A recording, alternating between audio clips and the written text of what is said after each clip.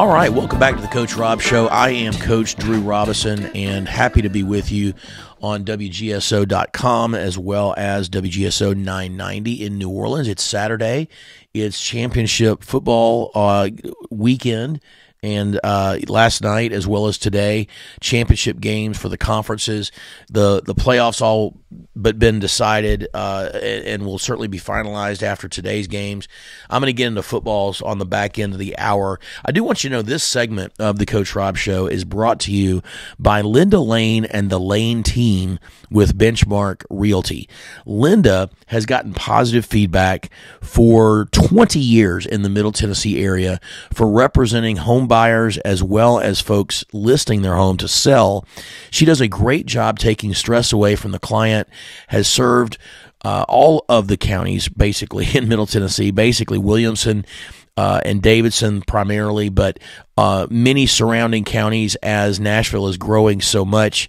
A lot of the surrounding counties are becoming more popular and honestly more affordable.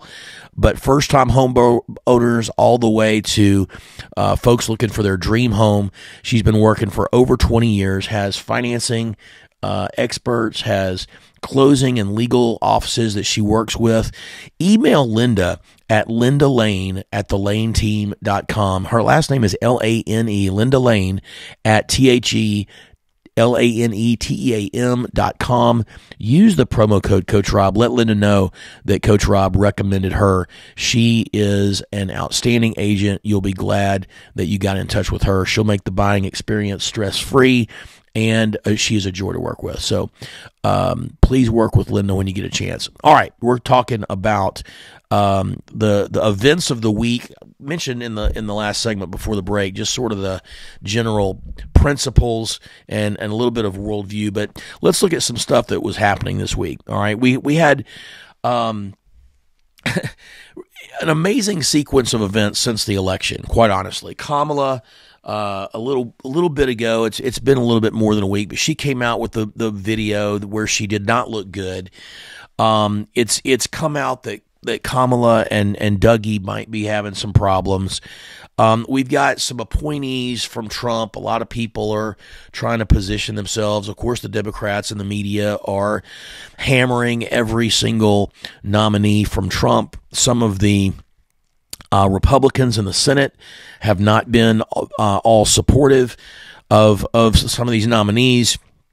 We've got people in the media that are, because of the Hunter pardon, have been walking back and getting very upset because, frankly, Joe Biden has embarrassed them because they've been calling Trump the one that lies, and they don't like to be made fools of. And it looks like Joe is sort of dropping a grenade on a lot of folks as he leaves the office, and Trump might even be one of those.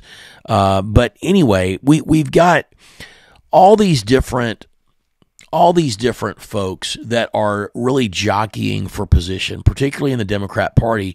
But also, I think what we're learning about a lot of Republicans, particularly in the Senate right now, is it's not just a matter of who's behind Trump.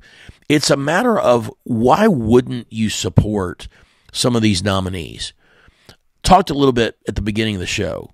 The best tool for learning about anything is ask the right questions. Learn from questions. Challenge what you hear with more questions. If you're in the Senate and you're not supporting Pete Hegseth, why is that? Why is that? I don't think it's because maybe Pete, was not faithful to his wife at some point, which allegedly that may have happened. I don't really know. But I don't think that's the issue when it comes to people talking about him being unqualified. Now, Matt Gaetz, I don't know a lot of the details of what went on with him there either. I don't think Matt Gaetz makes a lot of friends. I think Matt Gaetz rubs a lot of people the wrong way. And I'm not particularly upset about Matt Gaetz not getting in. I think this lady from Florida is a little bit more of an establishment person. I don't have a reason to dislike her at this point based on what I know. I'm slow to throw people under the bus. We'll see, though. we'll see how that pans out. Pete Hegseth seems like a real stand-up guy to me. I've listened to him and paid attention to what he's had to say for at least a couple of years, really longer than that, probably 4 or 5 years. So I think a lot of him. I know about his experience, and I trust a lot of people who have said that he's incredibly qualified for the defense secretary. I know for a fact, I firmly believe, I should say, that this Doge situation with Vivek and Elon is a tremendous thing that's going on. But I think what we're starting to notice is the resistance isn't just about resisting Trump or falling in line with Trump.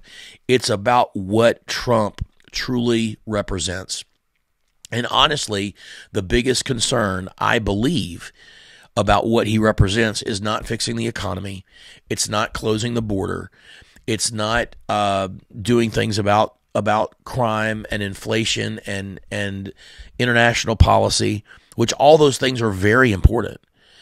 But the thing that I think this is boiling down to is, what is he doing to Washington, D.C. and the establishment in Washington, D.C.? He is clearly making a lot of people, some Republicans, a lot of Democrats, very, very uncomfortable. And we're starting to notice, I think, more about exactly what it was that made everyone freak out for years about Donald Trump. Really to the point of not even being reasonable, to the point of hysteria. And yeah, I know we've got a lot of media people that are genuine, progressive liberals. Some of them are more wacky progressive and not as traditionally liberal. And I believe that some people really believe in those things. But I believe a lot of these dudes in Washington, they don't believe in anything except their own political power. And they believe in the setup that they've spent generations, decades solidifying. And they are scared to death about that being torn down or exposed, or the veil is being removed by Donald Trump, by Doge, by some of these folks that honestly, they don't have an interest in being lifelong politicians. They have an interest in restoring the power back to the people of the United States. And that's truly what the Constitution is all about.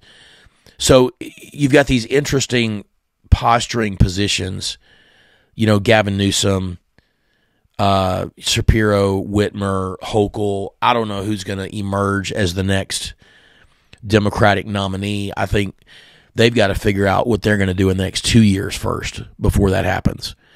But listen, Lindsey Graham, Mitch McConnell, they've betrayed my trust before. Susan Collins, Lisa Murkowski, Mitt Romney, they've already jumped over the cliff as far as I'm concerned. John Thune, I'm suspicious, but I'm hopeful.